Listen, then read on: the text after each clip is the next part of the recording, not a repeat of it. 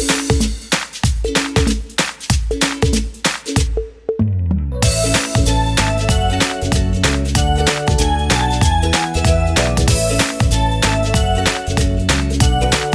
pagi bagi kita semua.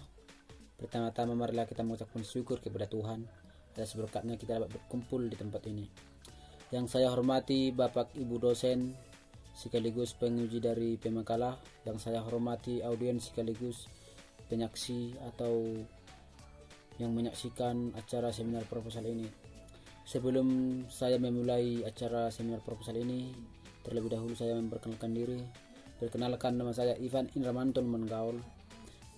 Saya sebagai moderator dan saya akan bertugas membawa jalannya seminar proposal pagi hari ini.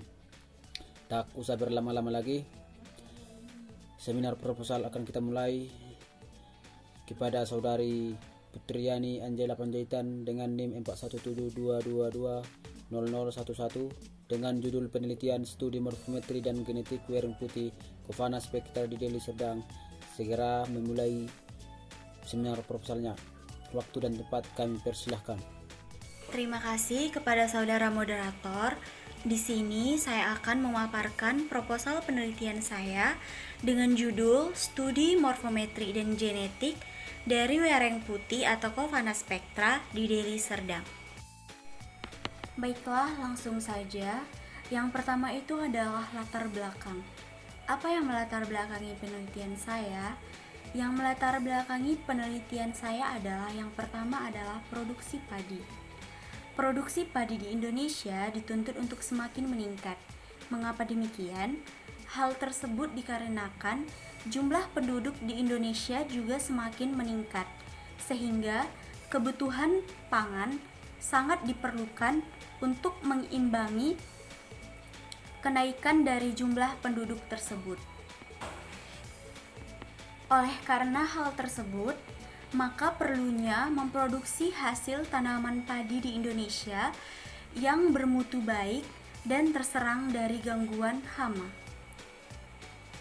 Namun, pada kenyataannya, produksi padi di Indonesia seringkali terganggu hama dalam pertumbuhannya. Salah satu hama yang mengganggu dalam pertumbuhan tanaman padi adalah wereng putih. Mungkin sebagian dari teman-teman sendiri sudah tidak asing lagi untuk mendengar hama wereng. Mungkin ada sebagian yang sudah pernah melihat dan ada sebagian yang belum pernah melihat hama wereng. Jadi hama wereng putih ini adalah hama padi, terutama di sawah dataran tinggi, yang dapat menyedot getah dari daun dan menghasilkan pengeringan ujung daun yang menyebabkan flip orange dan keriting daun pada padi. Jadi spesies wereng putih ini dilaporkan sebagai virus patogen seperti rice yellow mottle virus yang dapat menyebabkan kehilangan hasil tanaman produksi. Oleh karena itu, berdasarkan investasinya pada tanaman padi, hopper ini dapat dinyatakan sebagai hama minor dan atau hama utama.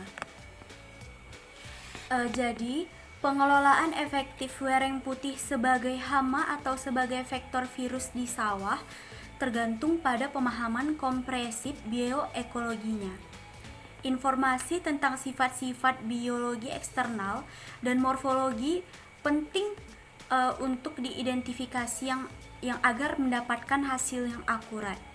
Selain itu, data tentang keberadaannya, kelimpahannya, distribusi, dinamika populasi diperlukan dalam tindakan pemantauan di lapangan sehingga kerugian yang harus ditimbulkan dapat diminimalisir. Jadi, ada salah satu teknik yang dapat untuk mempelajari struktur populasi vektor serangga. Teknik tersebut adalah teknik morfometrik. Teknik ini memiliki kontribusi dan sistematika serangga dan juga dalam etnomologi medis, terutama dalam membantu pengambilan keputusan dalam pengembangan strategi pengendalian vektor. Jadi, studi morfometri atau teknik morfometrik itu pada wereng putih digunakan untuk memeriksa kemungkinan perbedaan yang ada di antara populasi spesies wereng putih di Deli Serdang, Indonesia. Nah, selain teknik morfometrik atau studi morfometrik, juga ada studi genetik. Penggunaan pendekatan genetik atau molekuler dalam identifikasi wereng bisa digunakan untuk mengatasi masalah itu. Jadi, analisis genetik, terutama barcode DNA, telah menjadi salah satu alat utama dalam 10 tahun terakhir yang telah digunakan oleh para ahli medis atau biologi, baik untuk diidentifikasi hewan dan tumbuhan, dan juga filogenetik mereka dengan spesies yang terkait. Jadi penggunaan kode DNA untuk mengidentifikasi daun dan wereng telah dilakukan oleh beberapa peneliti. Jadi studi genetik spektrum Covana Spectra ini berkaitan dengan penggunaan kode DNA, terutama melalui gen subunit 1CO mitokondria untuk mengidentifikasi dan mempelajari komposisi nukleotida dan juga untuk mengetahui filogenetik molekuler dari Covana Spectra dengan spesies yang terkait yang berasal dari Deli Serdang. Namun di Indonesia yang sampai sekarang itu belum pernah dicoba. Baiklah, itu berdasarkan dari rincian-rincian di atas itu, maka penelitian ini perlu dilakukan. Jadi untuk mempelajari bagaimana studi morfometrik dan genetik dari wereng putih atau Covana Spectra di Deli Serdang. Selanjutnya itu adalah identifikasi masalah. Berdasarkan latar belakang yang saya buat, jadi dapat diidentifikasi permasalahan sebagai berikut. Yang pertama adalah berkurangnya produktivitas tanaman padi atau Oryza sativa disebabkan oleh hama. Yang kedua, tanaman padi rentan terhadap hama seperti hama wereng putih atau Covana Spectra yang dapat mengganggu pertumbuhan tanaman padi sehingga tidak dapat berproduksi dengan optimal akibat serangan hama. Yang ketiga, kurangnya kajian dan studi morfometrik pada wereng putih atau Covana Spectra.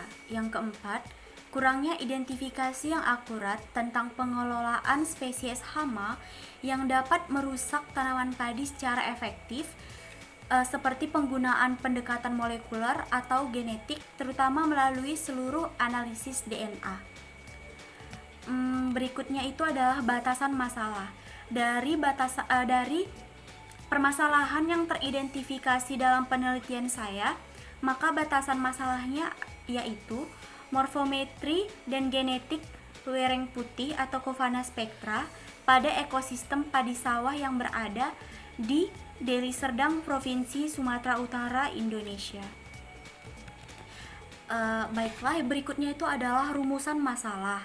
Berdasarkan latar belakang di atas, maka masalah yang dapat saya rumuskan adalah sebagai berikut. Yang pertama, apakah terdapat perbedaan yang signifikan dari morfometri Covana Spectra betina dewasa dengan Covana Spectra jantan dewasa yang berada di Deli Serdang. Yang kedua, bagaimana variasi genetik dari wereng putih atau Covana Spectra pada ekosistem padi sawah yang berada di Deli Serdang, Sumatera Utara, Indonesia. Berikutnya itu adalah tujuan penelitian. Penelitian ini bertujuan untuk yang pertama untuk mengetahui perbedaan yang signifikan morfometri Covana Spectra betina dewasa dengan Covana Spectra jantan dewasa yang berada di Deli Serdang, serta untuk mempelajari struktur populasi vektor serangga. Yang kedua, untuk mengidentifikasi variasi genetik dari wereng putih atau Covana spectra pada ekosistem padi sawah yang berada di Deli Serdang, Provinsi Sumatera Utara, Indonesia. Manfaat penelitian ini adalah mampu memperluas pengetahuan peneliti tentang morfometri Covana spectra. Jadi, serta peneliti mampu mengidentifikasi variasi genetik dan tentang morfometri dari Covana spectra.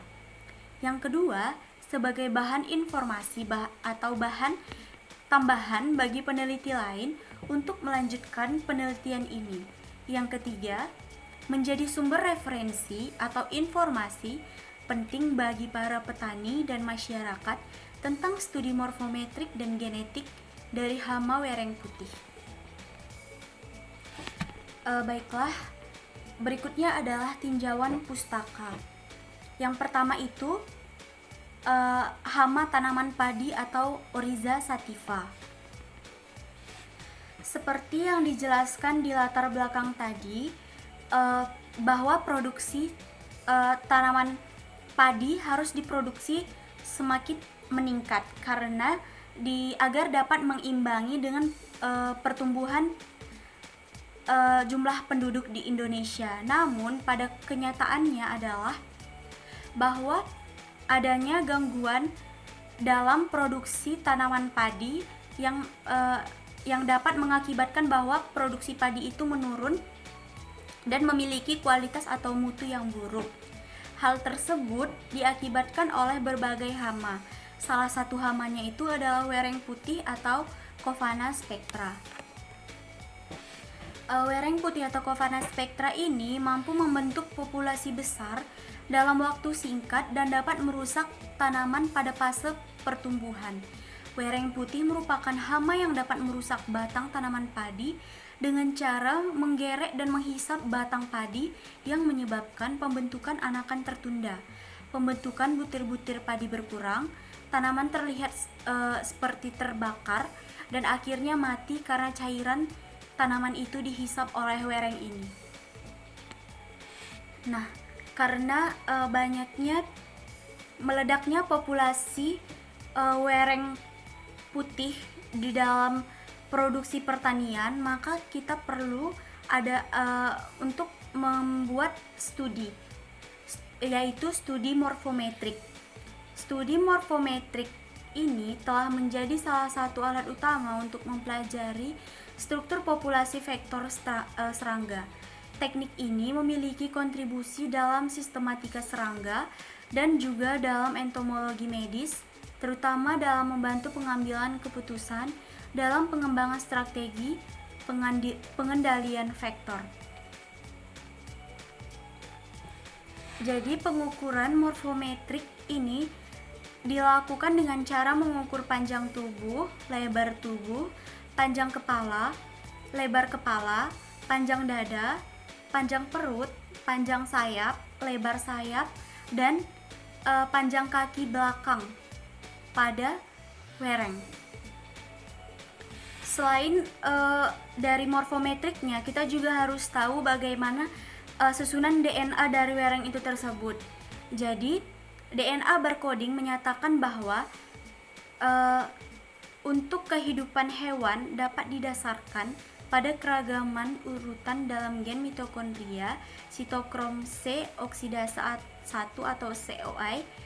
Analisis genom mitokondria serangga atau mtDNA adalah alat yang ampuh untuk mempelajari genetika populasi dan filogenetik. Ini adalah alternatif untuk metode identifikasi spesies, sehingga kita dapat mengidentifikasi wereng dengan cepat dan akurat. Berikutnya adalah metodologi penelitian. Yang pertama adalah lokasi dan waktu penelitian. Penelitian saya akan dilaksanakan pada bulan Agustus 2020 berlokasi di daerah endemik Deli Serdang yang sudah ditanami tanaman padi. Kemudian selanjutnya diidentifikasi di Laboratorium Taksonomi Departemen Biologi Universitas Negeri Medan, dan untuk DNA barcode-nya di Laboratorium DNA Barcode di Jakarta. Kemudian populasi dan sampel yang saya ambil adalah populasi penelitian ini adalah seluruh jenis leafhoppers yang terdapat pada tanaman padi di daerah endemik di Deli Serdang, dan sampelnya yaitu wereng putih jenis Covana spectra yang mewakili jenis wereng putih yang jenisnya paling banyak ditemukan di daerah ini. Desain dan variabel penelitian saya dengan menggunakan metode deskriptif eksploratif. Jadi dilakukan dengan 2 tahap. Tahap pertama adalah pengambilan sampel bertujuan di lapangan, dan tahap kedua yaitu pengamatan di laboratorium bertujuan untuk pengukuran sifat morfometrik dan genetik dari wereng putih.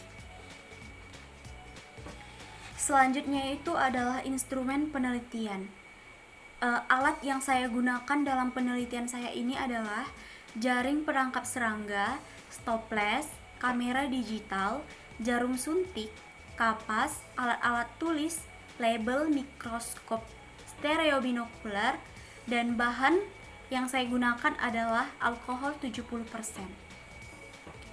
Kemudian teknik pengumpulan data yang saya lakukan adalah yang pertama, pengambilan sampel wereng dilakukan pada pagi hari, yaitu sekitar jam 10 pagi, karena pada saat itu serangga sudah aktif mencari makanan.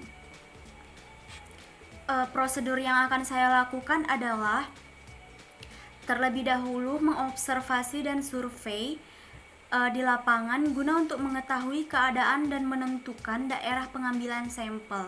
Kemudian pembagian plot ditentukan pada tingkat kontaminasi hama wereng terhadap daerah persawahan di Kabupaten Deli Serdang. Selanjutnya, pengumpulan wereng dilakukan secara langsung dengan memasukkan wereng yang didapat dan memasukkannya ke dalam toples. Kemudian, wereng yang sudah tertangkap dikelompokkan berdasarkan jenisnya dengan membandingkan atau menyamakan dengan artikel dan penelitian yang ada sebelumnya. Kemudian ambil sampel untuk diteliti dengan melihat spesies mana yang paling banyak didapati.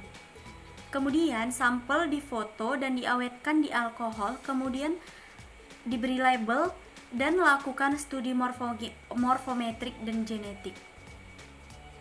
Nah, untuk pengukuran studi morfometriknya dapat dilakukan dengan mengukur panjang tubuh, lebar tubuh, panjang kepala, lebar kepala, panjang dada, panjang perut, panjang stilet, panjang sayap, lebar sayap, panjang kaki belakang, dan panjang ovipositor. Semua pengukuran dilakukan dengan menggunakan perangkat lunak sistem pencitraan Carl Zeiss.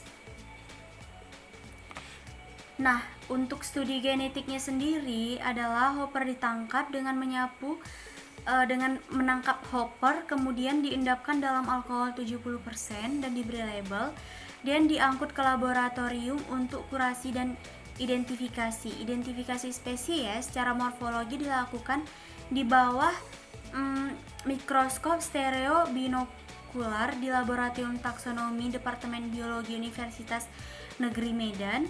Kemudian sampel dikirim ke Laboratorium DNA Barcode di Jakarta untuk mengetahui DNA barcode pada sampel tersebut.